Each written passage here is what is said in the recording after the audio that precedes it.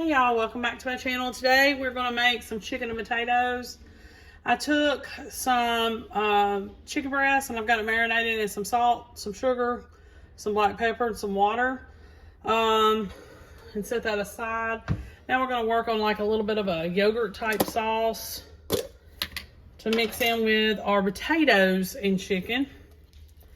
So you're just going to need just a few tablespoons of yogurt. None of this really has a measurement. So just a few tablespoons of that. A little bit of yellow mustard. Some salt. Some garlic pepper. Garlic powder. A little bit of olive oil.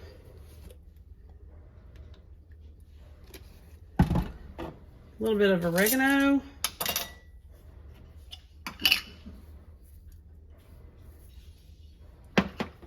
And just a little bit of paprika.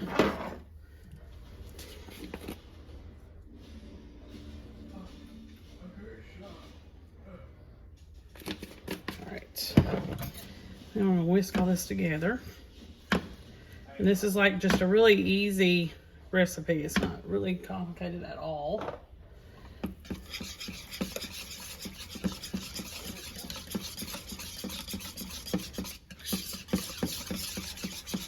Pour in just a little bit more oil. Just make that a couple tablespoons.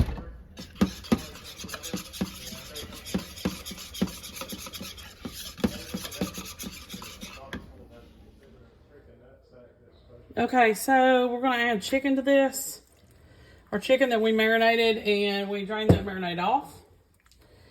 And we're going to take our sauce and add to this.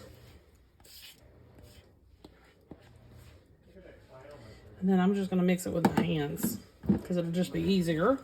So I took just a few pounds of yellow potatoes and washed and quartered those. And you can cut them in however you want the pieces to be, how big, how small, whatever.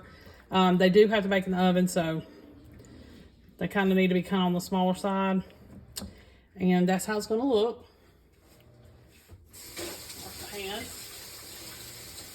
All right, so you're going to put this in a 375 degree oven. You're going to have your dish covered and cook it until the potatoes are tender and the chicken is done. Should take around 30 to 45 minutes. Then check them. Make sure that your potatoes are tender. Chicken should be cooked by then. And this is going to be dinner tonight. You probably could add a vegetable to this, but I'm just going to serve one on the side. And I will be back when it's finished.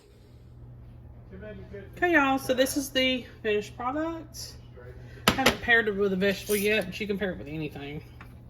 And you can add it to it. Some frozen peas would be good. I want to sprinkle with a little bit of parsley. You could also do some cracked pepper. That would be good. But that's what's for supper tonight. Simple and easy. Make sure you like and subscribe. We'll see you next time. Hey y'all, we're gonna make a pork chop potato dinner tonight. And I've already got my potatoes. You need to try to get yellow potatoes if you can, but I kind of ran out. So I'm adding a little bit of russet to them. You're gonna slice these as thin as you can possibly get it. I wouldn't do a mandolin though. It's a little bit too thin. So slice them up, put a little bit of olive oil or butter, either one on them. Kind of massage it in. I'm gonna take some onion soup mix, sprinkle all over these, kind of give them some flavor. Shouldn't need anything else because this should do it. And then I'm gonna massage this in, and then we're gonna put it in the oven, about 350, until they're tender. So I'm gonna do this real quick. Give them a little bit of flavor. And make sure you spray your baking dish. So these won't stick, hopefully. I'm just gonna massage all that in. Stick those in the oven, let them be cooking. And then we're gonna get our pork chops ready to go. I'll be right back. Okay, so for the pork chops, I'm using 6 boneless pork chops. You're gonna need a little bit of mayo in a bowl and some panko breadcrumbs in a bowl. And then we added some of the spaghetti cheese to it.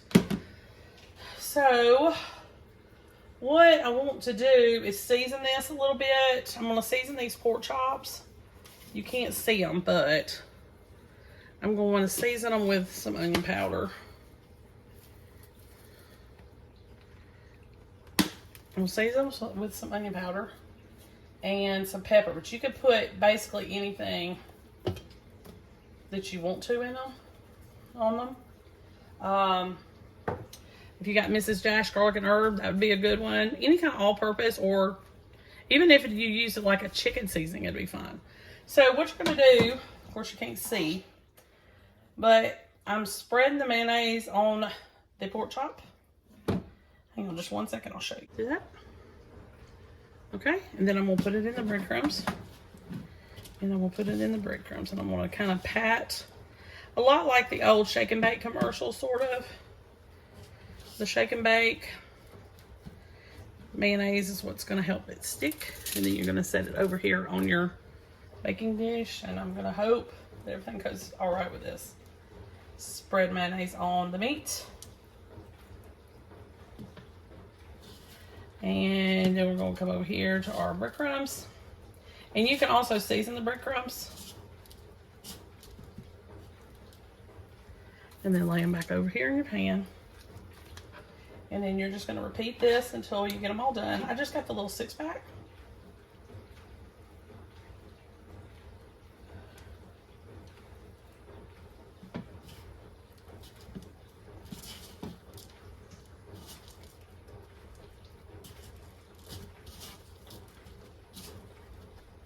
Okay. And we'll put those over here. I'll finish this real quick.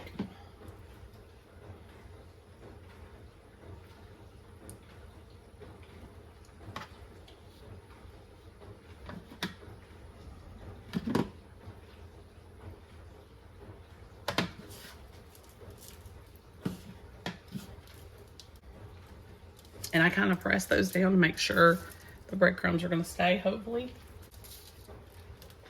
All right, we're going to put this in a 375-degree oven until they're done. And it shouldn't take long at all. I'll be back here with our completed meal. Okay, y'all, so this is the finished product. It did perfect. The last 20 or 30 minutes so of your cooking time, you want to take about a pound of fresh green beans and throw them on the cookie sheet too. You can stir them up or not, it doesn't matter. Salt and pepper them just a little bit, and stick that back in the oven and let everything finish cooking. And I like my green beans, my fresh ones, kind of crunchy, so I took those out. Didn't worry about trying to cook longer, so you could do whichever, however you prefer. But this is going to be a good supper tonight, and you can of course put a salad with it. Make sure to like and subscribe. I'll see you next time.